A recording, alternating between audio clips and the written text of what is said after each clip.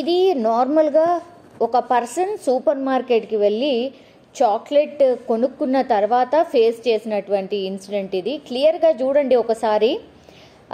Chocolate మీద పురుగు స్పష్టంగా ఇట్లా పాకుతూ కనిపిస్తోంది.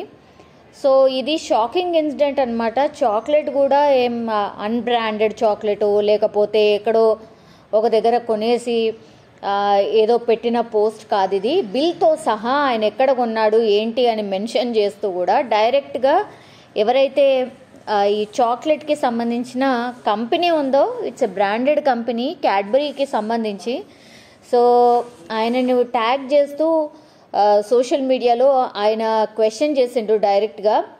డైరీ మిల్క్ చాక్లెట్ ఇది.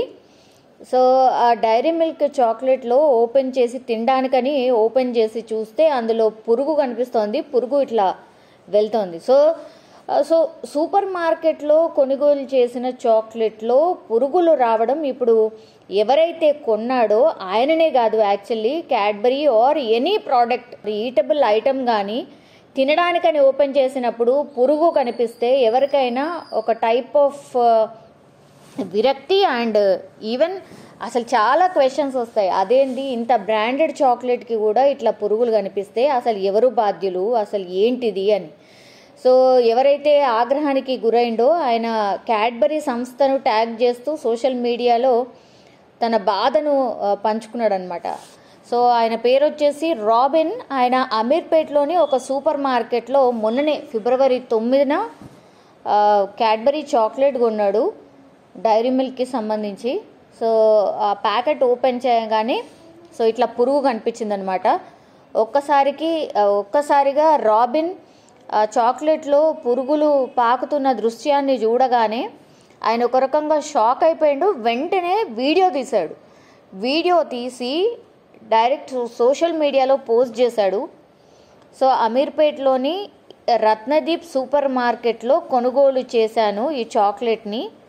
సో ఈ చాక్లెట్లో పురుగులు పాకుతున్నాయి అంటే ఈ క్యాడ్బరీ చాక్లెట్ దానిపైన manufacturing date and expiry date అనేది ఉంటుంది. బట్ అయిన తర్వాత కూడా ఇట్లా మరి ఈ చాక్లెట్ మీద పురుగులు పారితే దీనికి బాధ్యులు ఎవరు? ఒకవేళ తింటే ఏంటి పరిస్థితి? చూసుకోకుండా చిన్నపిల్లలు అయితే ఓపెన్ చేసి తినేస్తూ ఉంటారు. నేనంటే ఓపెన్ చేసి చూసేసరికి ఇట్లా పురుగు పాకి కనిపిస్తోంది. మరి అసలు దీనికి ఎవరు బాధ్యులు ఏంటి అన్నటువంటి విషయాన్ని ఆయన ట్యాగ్ చేశాడు, పోస్ట్ చేశాడు ట్విట్టర్లో. సో అమీర్పేట్లోని రత్నదీప్ సూపర్ మార్కెట్లో కొనుగోలు చేసిన క్యాడ్బరీ చాక్లెట్లో పురుగులు ఉండడాన్ని గమనించాను. గడువు ముగిసిన ఉత్పత్తులకు నాణ్యత తనిఖీ ఉందా? ప్రజారోగ్యానికి ఎవరు బాధ్యత వహిస్తారు అని డైరెక్ట్గా ఆయన రాబిన్ తన అకౌంట్లో ఈ క్వశ్చన్ చేశాడు. అండ్ మనం చూడొచ్చు, రాబిన్ జకుస్ found a worm crawling in Cadbury chocolate metro station Amirpet today.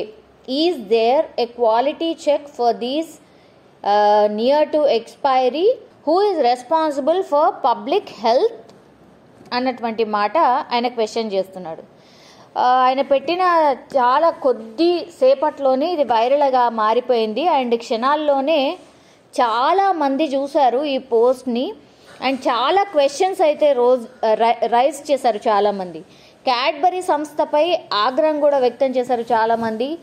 వారిపై ఒక కేసు వేసేయండి, పరిహారం కూడా పొందండి అని ఒక యూజర్ అందులో సూచించాడు. దాని క్యాడ్బరీ బృందానికి విషయాన్ని చేరవేసి వాళ్ళొక దర్యాప్తు జరిగేలా చూడండి అని మరొకరు కామెంట్ చేసిన పరిస్థితి. సో ఈ సమస్యపై సంస్థ అధికారిక వెబ్సైట్లో స్పందించింది. అంటే క్యాడ్బరీ డైరీ మిల్క్కి సంబంధించిన సంస్థ స్పందించింది.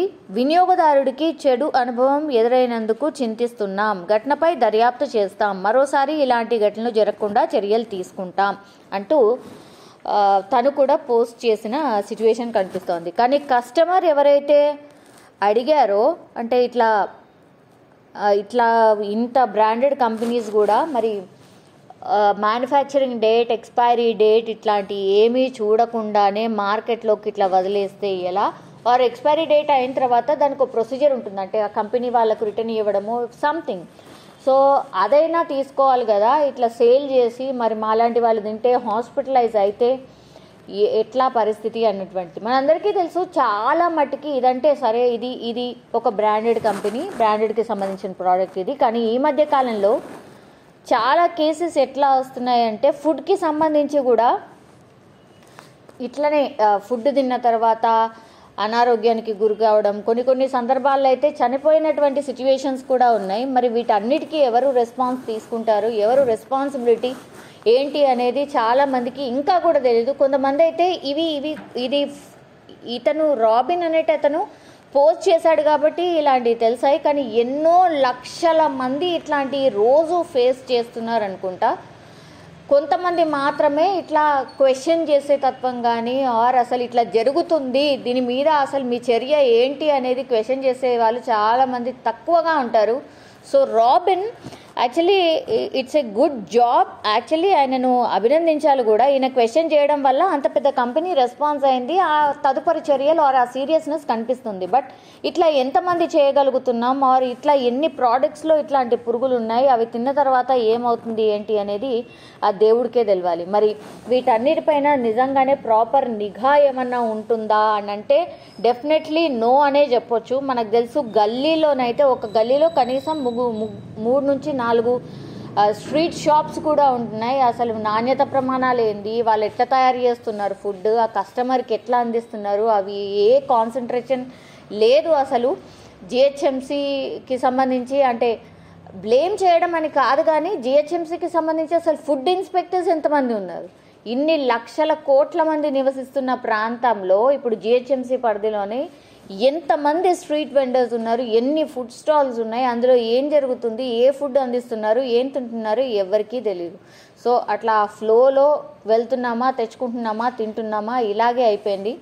సో దీనిపైన మరి నిజంగానే ఒక ప్రాపర్ స్ట్రక్చర్ ఉండాలి. ప్రాపర్గా కస్టమర్కి ఎట్లా ఇస్తున్నారు, అటు ఫుడ్ లైసెన్స్ ఏదైతుందో అది ఎంత ప్రాపర్గా జారీ చేస్తున్నారు, ఏదో ఫుడ్ లైసెన్స్ తెచ్చుకున్నామా పెట్టేశామా ఇట్లా అయిపోయింది పరిస్థితి. ఇట్లా కాకుండా దానిపైన ప్రాపర్గా నిగరాని ఉండాలి. ప్రాపర్గా కస్టమర్కి డబ్బులు పెట్టినందుకు కూడా ఖచ్చితంగా దానికి తగ్గట్టుగా కరెక్ట్గా ఇస్తున్నారా లేదా అనే అబ్జర్వేషన్ ఉండాలి, వాళ్ళపైన నిఘా ఉండాలి. అయితే ప్రతి కస్టమర్ కోరుకుంటున్నారు, బట్ అది అసలు నిజంగా అవుతుందా లేదా అనేది అయితే పెద్ద క్వశ్చన్ మార్క్. బట్ ఈరోజు మాత్రం కస్టమర్ అడగడం, దాని తర్వాత కంపెనీ రెస్పాండ్ అవ్వడం, ఇదైతే మంచి పరిణామమే. బట్ స్టిల్ ఇంత పెద్ద బ్రాండెడ్ కంపెనీకి సంబంధించిన చాక్లెట్లోనే పురుగులు వస్తే ఇక మిగతా పరిస్థితులు ఏంటి అనేది ప్రతి ఒక్క కస్టమర్, ప్రతి ఒక్క ప్రజల యొక్క క్వశ్చన్ మార్క్ అనుకోవచ్చు.